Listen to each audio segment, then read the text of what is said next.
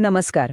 आज आपण अशा एका विषयावर चर्चा करणार आहोत जो प्रत्येक घरात सध्या कळीचा मुद्दा बनला आहे.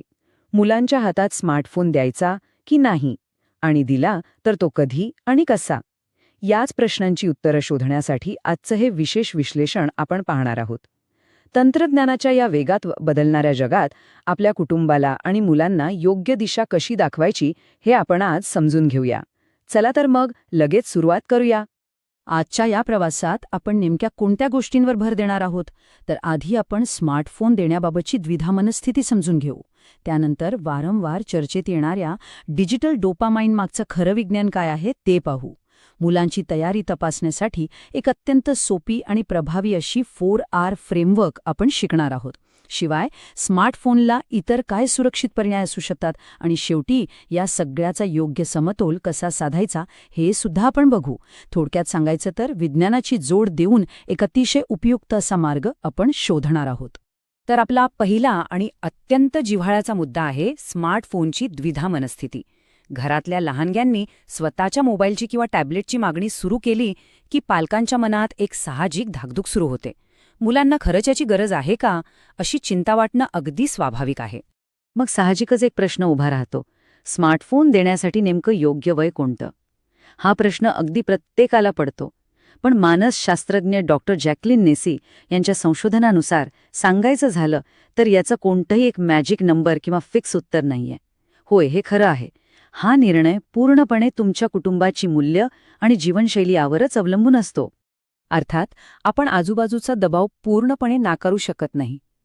एक विचार करा, आजकाल साधारणपणे 12 वर्षांच्या मुलाच्या 30% मित्रांकडे आधीपासूनच स्वतःचा फोन असू शकतो.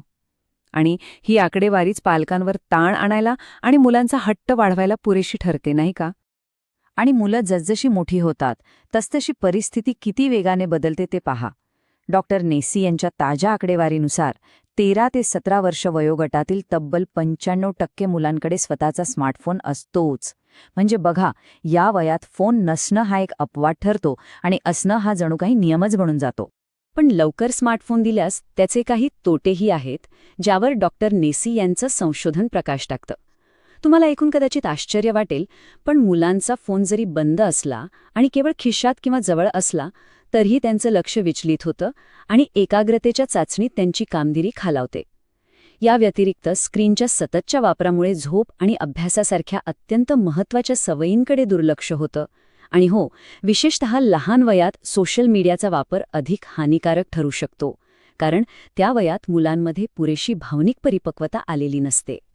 आता यापुढचा आपला मुद्दा खूप रंजक आहे, तो म्हणजे डिजिटल डोपामाइनबद्दलचे गैरसमज दूर करणे. स्क्रीन टाईमबद्दल बोलताना आपण सतत डोपामाइन या शब्दाची चर्चा ऐकतो. पण यामागचं खरं विज्ञान नेमकं काय आहे? सर्वात आधी हे समजून घेऊया की डोपामाइन म्हणजे नेमकं आहे तरी काय.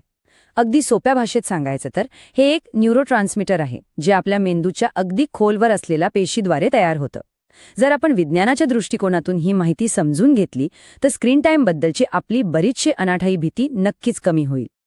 आपण नेहमीच असं ऐकतो की डोपामाइन म्हणजे फक्त एक आनंद देणारं रसायन आहे, ज्यामुळे व्यसन लागतं. पण थांबा, वास्तव याहून खूप वेगळं आहे. हे रसायन आपल्या शरीराच्या अत्यंत मूलभूत आणि महत्त्वाच्या क्रियांसाठी आवश्यक असतं, जसं की शारीरिक हालचाल, विचार करण्याची क्षमता, शांत झोप, स्वप्न पाहणे आणि अगदी दुधाची निर्मिती. या सर्व प्रक्रियांमध्ये डोपामाइन अतिशय महत्त्वाची भूमिका बजावत असतं. त्यामुळे डोपामाइनला फक्त व्यसनाचं कारण म्हणणं हे वैज्ञानिकदृष्ट्या पूर्णपणे चुकीचं आहे. आता आपण आजच्या या माहितीसत्राच्या सर्वांत महत्त्वाच्या आणि अगदी व्यवहारात वापरता येणाऱ्या भागाकडे वळूया, ती म्हणजे 4R फ्रेमवर्क.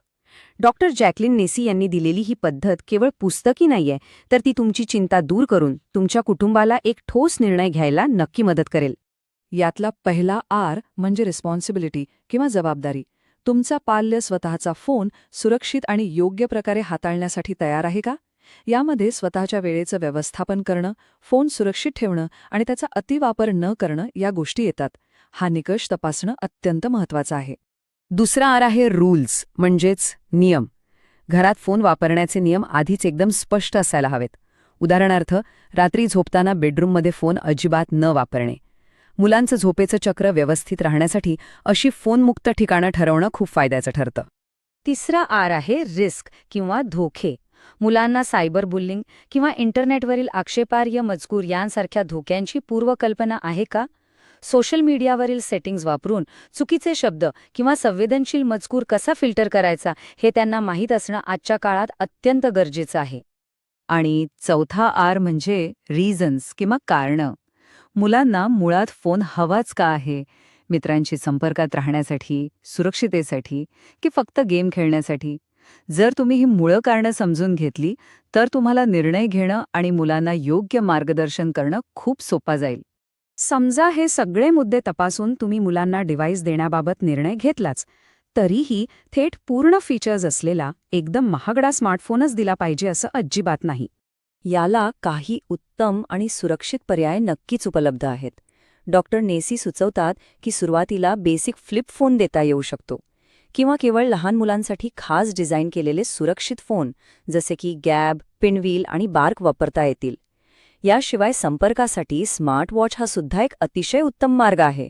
यामुळे काय होतं तर मुलांना तंत्रज्ञानाची ओळख हळूहळू आणि एकदम सुरक्षितपणे करून देता येते. आता आपण डिजिटल पालकत्वाच्या एका अत्यंत महत्त्वाच्या पैलूकडे बघूया, तो म्हणजे ए गेट नॉट अ वॉल. लक्षात घ्या, डिव्हाइस कोणतंही असो, फक्त नियम बनवले की आपली जबाबदारी संपत नाही. ही एक सतत चालणारी प्रक्रिया आहे.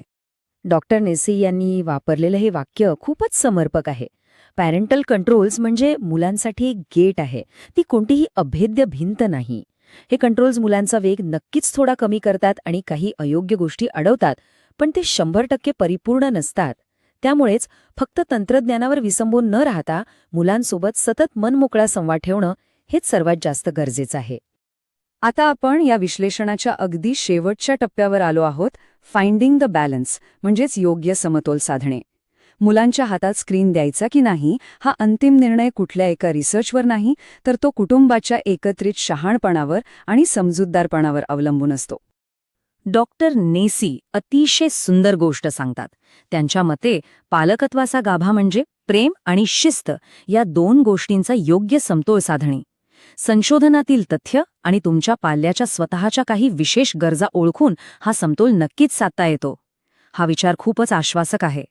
शेवटी जाता जाता एक अतिशय महत्त्वाचा प्रश्न मी तुमच्यासमोर मांडतो, ज्यावर नक्की विचार करा. आपण आपल्या मुलांना फक्त स्क्रीन हाताळण्यासाठी तयार करत आहोत की स्क्रीनच्या पलीकडील त्या खऱ्या जगाचा सामना करण्यासाठी? हा एकच विचार तुमच्या कुटुंबाच्या या डिजिटल प्रवासाला योग्य दिशा दाखवेल. जर तुम्हाला हे विश्लेषण माहितीपूर्ण वाटलं असेल आणि यातून काही नवीन शिकायला मिळालं असेल तर नक्की सबस्क्राईब करा आणि शेअर करा माझ्या चॅनलला.